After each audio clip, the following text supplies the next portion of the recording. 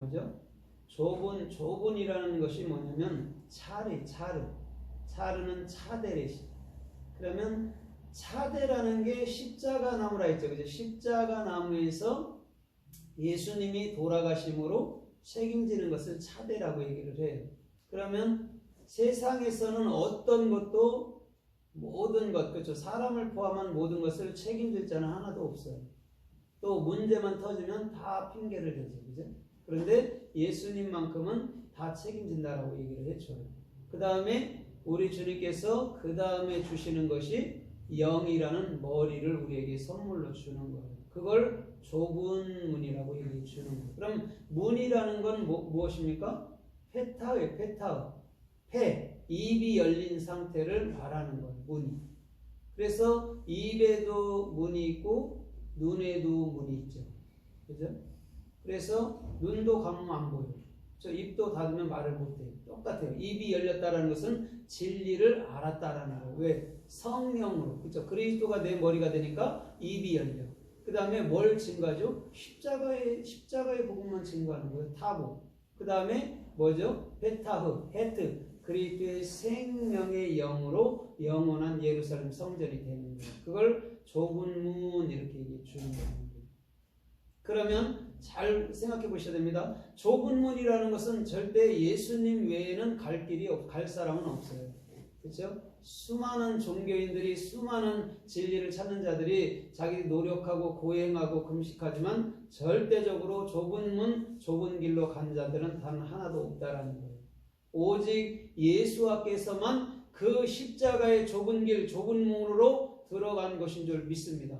그래서 예루살렘 성에 가보면 그곳에는 겨우 사람이 통과할 만한, 한 사람만 통과할 만한 그런 문들이 있다라는 거예요. 그러면 절대적으로 나귀를 타거나 짐을 지고서는 그곳에 통과 못한다라는 거예요. 오직 누구만이? 사람만이 들어갈 수 있는데 그 사람은 반드시 예수였고 그 예수는 반드시 십자가의 좁은 문, 십자가의 좁은 길에서 돌아가셨다라는 거죠. 그걸 차르, 페타흐 이렇게 얘기해주고 또한 길, 데레크라고 얘기해주는 거예요. 데레크라는 게 뭐냐면 진리의 문이 열렸다라는 거예요. 그래서 그분이 내 머리로서 영원히 규정된 또 적용된 상태를 그걸 길, 데레크 이렇게 얘기해 준단 말이에요. 그래서 예수님께서 요한복음 14장 6절에 내가 곧 길이요 진리요 생명이라고 얘기했어요. 이렇게 말한 사람은 세상에 단 하나도 없어요. 예수님은 정확히 내가 길이다, 내가 진리다, 내가 생명이다 이렇게 얘기해 주고 있어요. 우리 주님만이 생명의 문이고 생명의 길인 줄 믿습니다. 오늘도 저와 여러분들이 그것을 정확히 안달 때 우리는 그 좁음이라는 것이 무슨 뜻인 줄 알아야 될 줄 믿습니다. 아멘. 그래서 이 좁음이라는 뜻이 뭐냐면 원수라는 뜻도 있고 대적이라는 뜻도 있고 또 고난이라는 뜻도 있어요. 그런데 문이라고 그래, 좁은 문이라고 얘기해 주잖아요. 그죠? 원수가 또 왜 나오고 또 뭐냐면 또 좁은 길이 또 왜 나오냐. 그럼 무슨 의미를 두고 좁은 길 아니면 좁은 문으로 들어가라고 말한 것이죠. 그죠? 그런데 실상은 좁은 문으로 들어가라는 것은 우리 스스로는 못 들어가요. 이것은 무슨 말이냐면 정확한 의미로 해석해 보면 내가 너희를 좁은 문으로 들어가게 하리니 이런 거예요. 주님이 들어가게 하는 거예요.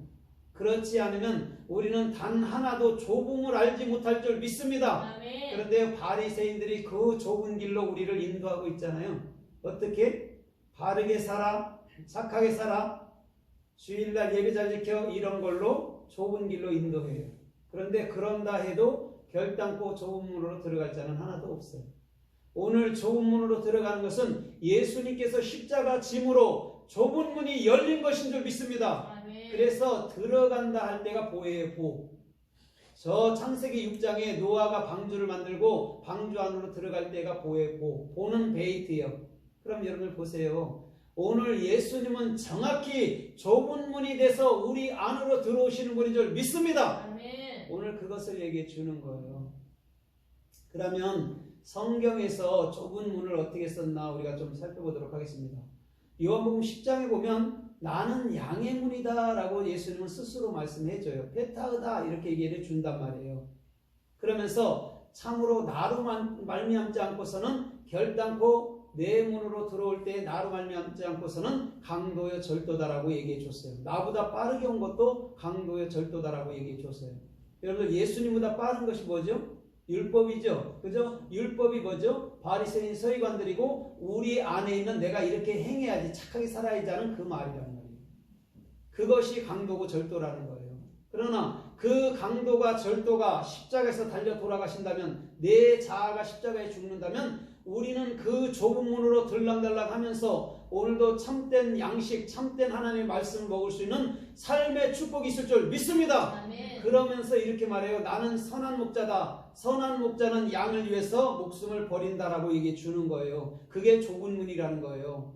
오늘 나를 위해서 목숨을 버려주고 나를 섬김해 주는 분은 오직 천상천하의 예수 그리스도밖에 없는 줄 믿습니다. 아멘. 그러나 거짓 목자는 이리가 오면 양들을 버리고 도망간다라고 얘기해 줬어요. 우리 주님은 양들을 버리고 도망가는 게 아니라 양들을 위해서 십자가에서 자기 자신을 희생하는 분인 줄 믿습니다. 아멘. 그런 거로 좁은 길, 좁은 문은 예수님밖에 없다라는 거예요. 오늘 그자가 이 세대에서 참으로 주님 보시기에 합당하고 주님 보시기에 존귀한 길로 걷는 아름다운 삶의 축복이 주님께로부터 임하여 올 줄 믿습니다. 아멘. 그래서 창세기 14장 20절에서도 이렇게 말씀해 줬어요. 주님께서 아브라함에게 내가 원수를 내게 주리니 이렇게 얘기해 줘요. 그러면서 너는 모든 것에서 승리할 것이고 너는 내게 뭘 준다고 그래요? 10분의 1을 반드시 여러분에게 줄 것이다 라고 얘기해 주고 있는 거예요. 원수를 주님께서 아브라함에게 주셨다라고 얘기해 줬어요. 오늘 이런 거예요. 저와 여러분들의 행함이라는 스스로 내가 바르게 살아보겠다는 그 원수가 우리 주님이 돼서 오늘도 우리들에게 넘겨줌으로 십자가의 죽음으로 그 십자가에 죽었던 것은 10분의 1이라는 11조로서 정확히 참된 말씀의 그 하나를 깨달은다면 우리 주님께서는 그를 통해서 영광을 받았다 할 줄 믿습니다.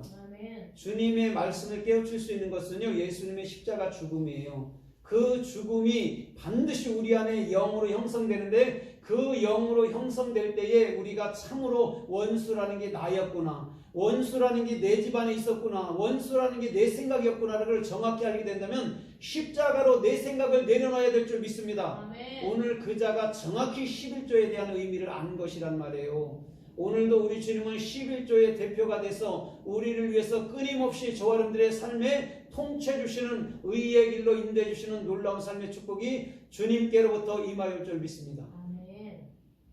민수기서 10장 참으로 9절에 보면 주님이 이렇게 말씀한 적이 있습니다. 참으로 내 원수가 내게 쳐들어왔을 때 너희가 나팔을 분다면 내가 그 원수에게서 너희를 구원하리라 이렇게 말한 적이 있습니다. 여러분 잘 보세요. 원수라는 게 대적자란 말이에요. 쳐들어왔대요. 그때 나팔을 부르래요. 그러면 주님께서 원수를 깨끗이 처리해주고 오늘 저와 여러분들의 모든 삶에 여러분을 승리하는 삶을 주겠다는 말이죠. 믿습니다. 이건 이런 거죠. 우리 자아를 우리 스스로 다스릴 수 없다라는 거예요. 생각에서 일어나는 끊임없이 일어나는 것은요 우리 스스로 할 수 없다라는 거예요. 그러나 주님을 찾을 때 나팔을 불 때 주님 향해 나팔을 불 때 주님 향해 기도할 때 주께서 나의 모든 생각을 완벽하게 처리해 주겠다는 낱말인 줄 믿습니다.